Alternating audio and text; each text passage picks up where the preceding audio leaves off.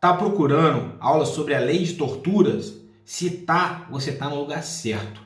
Aqui vai rolar a melhor aula sobre tortura do YouTube. A mais completa, a mais detalhada, com tudo que você precisa saber sobre essa lei, para desmistificar ela de uma vez por todas. Então, vem comigo!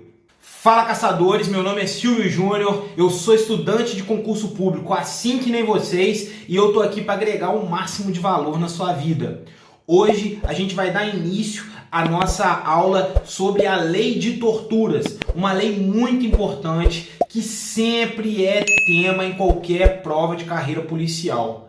A tortura está sempre ligada à dignidade da pessoa humana, aos direitos humanos, então essa lei é importantíssima. E ela é uma lei que você precisa de ter um detalhamento maior, um aprofundamento maior, porque ela em si, se você só ler o texto da lei ali, a lei seca, ela é uma lei muito curtinha, fica uma passagem muito abstrata. E o que vem perguntando geralmente nas provas não é tanto a letra de lei, mas sim os sentidos, alguma coisa a mais que você tem que saber. E é isso que eu vou trazer para você nessa aula aqui. Então vem comigo, se prepara, se ajeita aí porque vai começar a aula. Vambora! Vamos lá, galera, vamos dar início aqui, dividindo a tela aí com vocês. Leizinha aparecendo aí, espero que esteja, né? Vamos começar, ó. Artigo 1º, ó. Constitui crime de tortura. Constranger alguém com emprego de violência ou grave ameaça, causando-lhe sofrimento físico ou mental. Então a gente já sabe que tortura é isso. Constranger alguém, violência ou grave ameaça, não precisa só violência e tem que ter sofrimento físico ou mental. Isso é uma paradinha assim que tem que saber, ó. Agora, o que vai diferenciar? A tortura, ela tem que ter uma finalidade para ser tortura. Não adianta só você causar intenso sofrimento físico ou mental a alguém. Não, tem que ter finalidades. Esse é o pulo do gato. Se você não souber, se a pessoa está fazendo aquilo ali do nada por fazer, não vai ser tortura. Tem que ter algumas e a gente vai falar sobre elas, ó.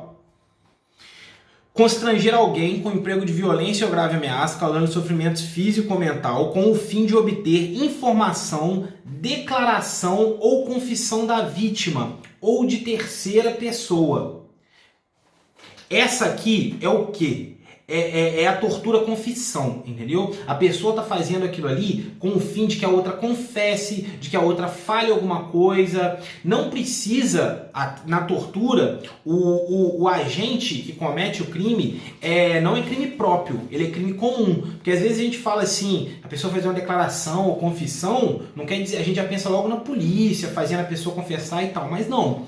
O marido que acha que a mulher está traindo, vai lá, amarra ela, começa a torturar ela, ele pega e entra nesse crime, porque é crime comum. Crime comum quer dizer o quê? Que não precisa de uma especificidade,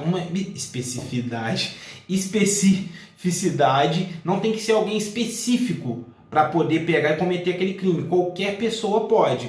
Então essa é a primeira, é a tortura confissão. Ó, a segunda finalidade, para provocar ação ou omissão de natureza criminosa. É aquela tipo assim, o cara vai e aponta uma arma para a cabeça do outro e fala assim, ó, se você não fizer isso eu vou te matar. Isso aí é uma tortura, entendeu? Para ele fazer alguma ação ou omissão. E tem que ser de natureza criminosa, beleza? Tem que ser crime.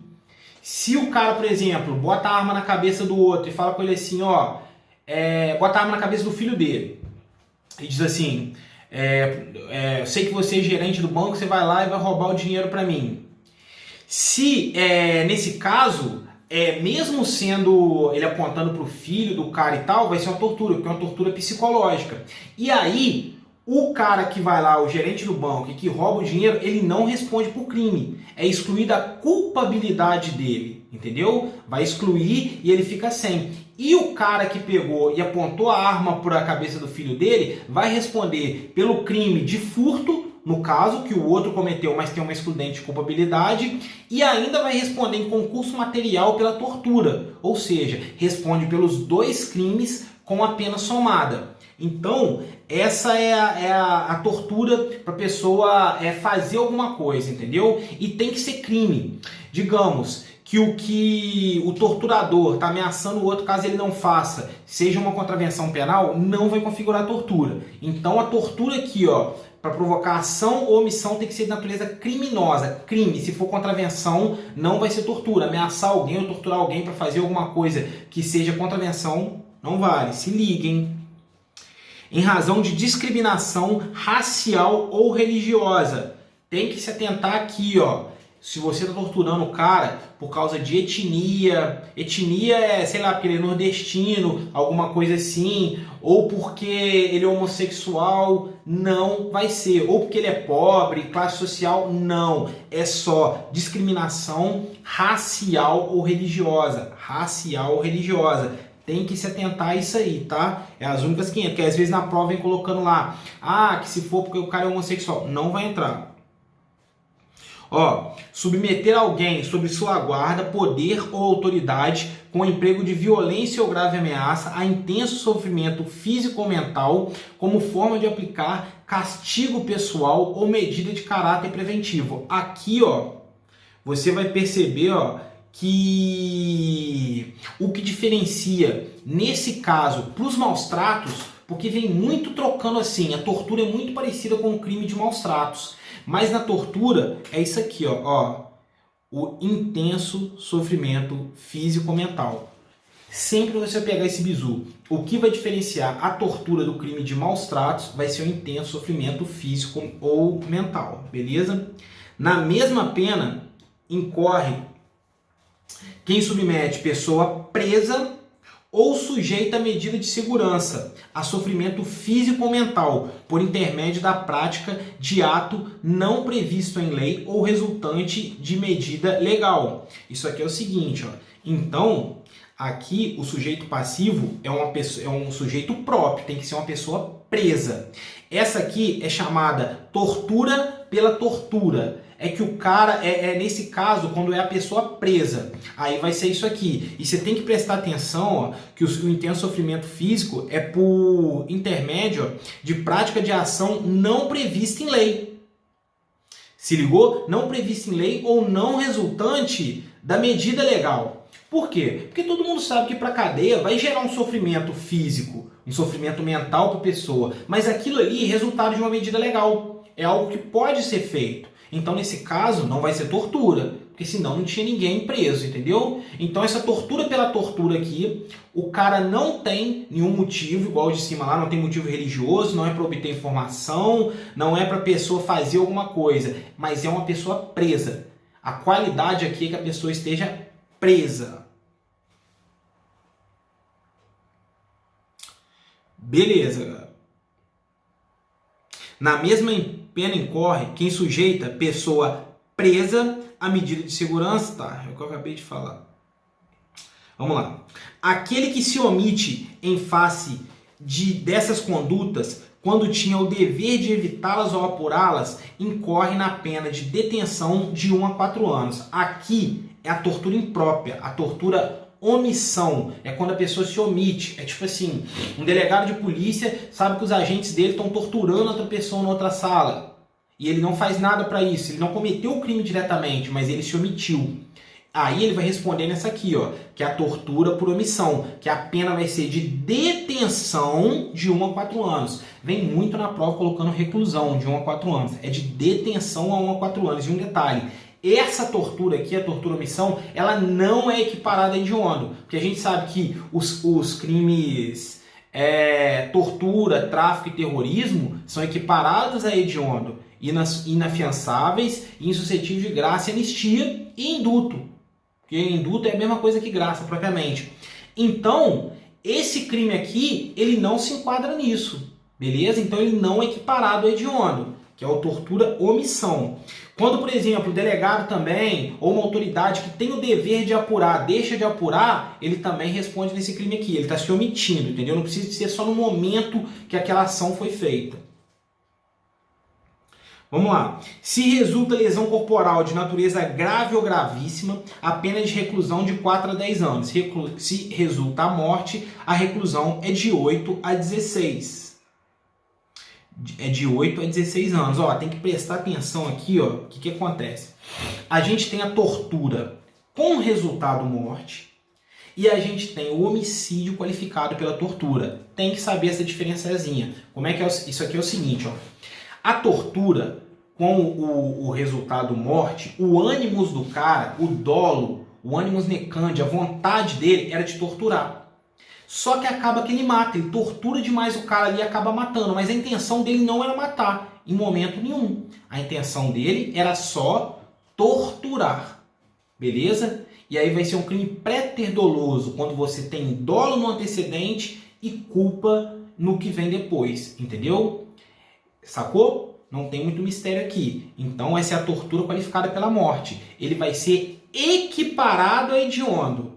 Tortura qualificada pela morte é equiparada a hediondo. Agora, o homicídio qualificado pela tortura, ele é hediondo. O homicídio qualificado para tortura vai ser como? A pessoa, desde o início da ação, ela já tem a intenção de matar. A tortura é apenas o meio que ela usa para isso. Mas a finalidade dela, o ânimos necandi, a vontade, já era de matar desde o início. Então esse vai ser o homicídio qualificado pela tortura, que é hediondo. Show? Vamos lá. Aumenta-se de 1/6 até 1/3 se o crime é cometido por agente público. Então, quando é o que eu falei, a tortura é um crime comum. É um crime comum. Não precisa de ser agente próprio. Todo mundo, quando fala em tortura, acha que é um crime próprio, mas não é. É um crime comum por quê? Porque aí abrange mais gente. Se fosse crime próprio, ia estar só para funcionário público. Aí a pessoa lá, o marido que tortura a mulher porque acha que ela está traindo ou para ela confessar alguma coisa, não ia entrar. Então, a Constituição preferiu colocar dessa forma, que aí pega mais gente, entendeu? Enquadre mais gente, vai ter um resguardo maior. Então, quando é com funcionário público, vai ser aumento de pena. Aumento de quanto? De 1/6 até 1/3. Se o crime é cometido contra criança, gestante, portador de deficiência, adolescente ou maior de 60 anos. É só você gravar assim, ó. Menor de 18, maior de 60, gestante deficiente. Porque o adolescente é o com 18 anos incompleto e a criança é com 12 anos incompleto. Ou seja, menor de 12, adolescente menor de 18. Então só de você pensar menor de 18 anos, já vai estar abrangido criança. Porque você já viu, se contra... Vai ter aumento de pena contra adolescente, contra criança, não? Já tá dentro do outro. Ó, se o crime é cometido mediante sequestro, também vai ser esse aumento de 1/6 a 1/3. A condenação acarretará a perda do cargo, função ou emprego público e a interdição para o seu exercício pelo dobro do prazo da pena aplicada. Então isso aqui é o seguinte, ó, isso aqui também é importante, aqui tem entendimento e não está na lei. Só do cara ter sido condenado por tortura, condenado, você vê a condenação, não é ele, porque condenado é quando não cabe mais recurso, quando transitou em julgado, porque você pode ser condenado em primeira instância, aqui é transitado em julgado, entendeu? O cara pegou, transitou lá, ele foi condenado, ele vai perder o cargo e ele vai ficar inabilitado pelo dobro do tempo, ou seja, pegou uma pena de 10 anos, ele não pode exercer o cargo dele, que ele já perdeu por 20 anos, porque ele poderia prestar um concurso público novamente quando sair da cadeia, mas não vai poder nesse caso. E esse efeito da perda é automático. Já foi condenado, não precisa de motivar. Presta atenção nisso. Crime de tortura, o cara cometeu, ele perde o cargo e não precisa de motivação para isso, não precisa de explicar por quê. Já é efeito automático a perda do cargo. O crime de tortura é inafiançável e insuscetível de graça ou anistia, beleza? Porque ele é equiparado a hediondo. Então ele é inafiançável, suscetível de graça e anistia equiparado, que é o que eu já falei. Tráfico, tortura, terrorismo e hediondos. Beleza? Inafiançável, suscetível de graça e anistia. Porém, um detalhe, ele é prescritível. O que vem colocando aqui? Ó? Cria uma questãozinha sobre isso. Ó. O crime de tortura é inafiançável e imprescritível? Imprescritível e suscetível de graça e anistia? Não. Ele é inafiançável e suscetível de graça e anistia. Isso aqui vocês têm que saber. Ó. Tortura, tráfico, terrorismo e hediondo são inafiançáveis e insuscetíveis de graça e anistia. Ação de grupos armados contra a ordem constitucional e o racismo são imprescritíveis. Entendeu?